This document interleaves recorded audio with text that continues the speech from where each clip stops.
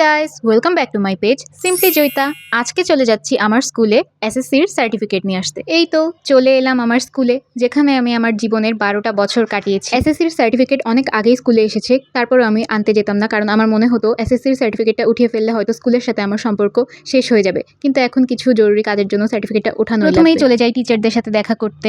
মিসরা আমাকে এখনো আগের মতো অনেক বেশি ভালোবাসে, আর স্কুলে গেলে কখনোই আমি খালি হাতে ফিরতে পারি না। কোনো না কোনো টিচার তাদের ভালোবাসা আমার সাথে দিয়েই দেয়। টিচারদের সাথে দেখা সাক্ষাৎ শেষ করে আমরা আবার চলে আসি পুরো স্কুলটা একটু ঘুরে দেখার জন্য। জুনিয়রদের ইউনিফর্ম দেখে তো আমার নিজের স্কুল লাইফের কথা মনে পড়ে যাচ্ছিল। আর আজকে নাকি এসএসসি 26দের ফটোশুট ছিল স্কুলে।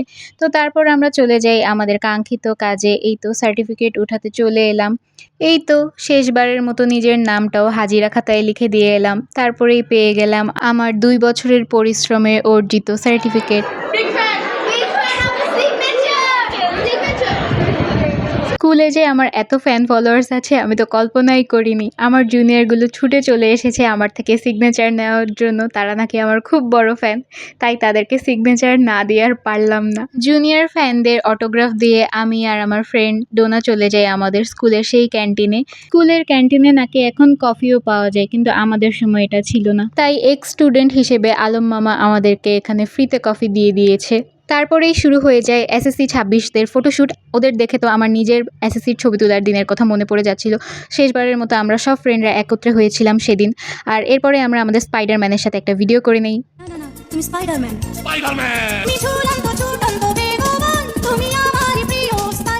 এই তো আমাদের স্কুলের কাজ শেষ। এরপরে আমি আর ডোনা চলে যাই একটু ঘোরাঘুরি করতে। আমরা শুধু প্ল্যানই করে যেতাম, কিন্তু আর বের হওয়া হতো না। তো আজকে যেহেতু সময় ছিল তাই আমরা একসাথে বের হয়েছি। প্রথমে চলে গিয়েছিলাম লেকে, তারপর লেক থেকে আমরা চলে যাই সীমান্ত সম্ভারে এসে আমরা মার্বেল ল্যান্ডে একটু ঘোরাঘুরি করি।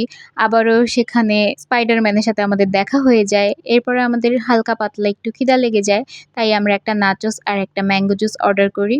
এরপর আমরা খাওয়া দাওয়া করতে থাকি দুইজন মিলে, আর আমাদের সুখ দুঃখের গল্প করতে থাকি। এরপরে আমরা একে অপর থেকে বিদায় নিয়ে নিলাম, আর আমি আবার চলে গেলাম স্কুলে শুভজিৎকে পিক করার জন্য। তো শুভজিৎকে পিক করে আমরা বাসায় চলে আসি। তো এই ছিল আমার আজকের ব্লগ। ভিডিওটি ভালো লাগলে অবশ্যই লাইক, কমেন্ট অ্যান্ড শেয়ার করে দিবে, আর পেজটা ফলো করতে ভুলবে না। So tata.